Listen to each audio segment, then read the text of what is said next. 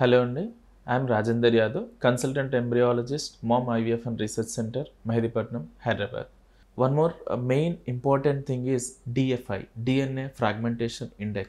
So DFI అనేది ఏంటి అసలు? ఫస్ట్ థింగ్ నార్మల్గా మన దగ్గరికి వచ్చే కపుల్స్ కానీ పేషెంట్స్ కానీ they have multiple issues like unexplained infertility, recurrent miscarriages and pregnancy loss.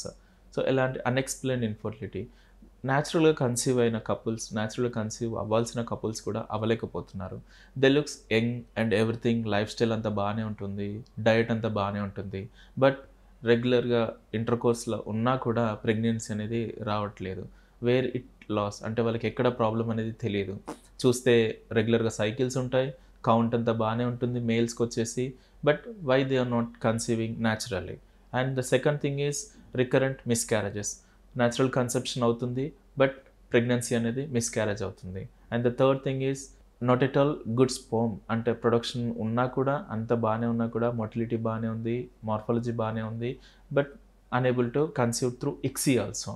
So ఇవన్నిటికీ మెయిన్ ఇంపాక్ట్ ఎక్కడ ఉంటుందంటే DFI, DNA fragmentation index, which plays a key role in sperm. What is DFI?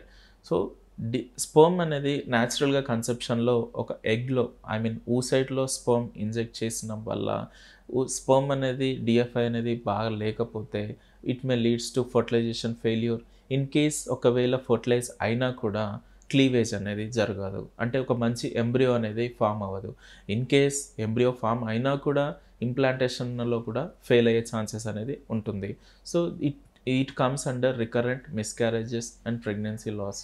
So దీనికి check చేసుకోవడానికి ఎలా అంటే మనకి normal pregnancy, normal DFI రేంజ్లో వచ్చేసి, సో డిఎఫ్ఐ రేంజ్ వచ్చేసి less than 15% will be considered as good and normal range of DFI.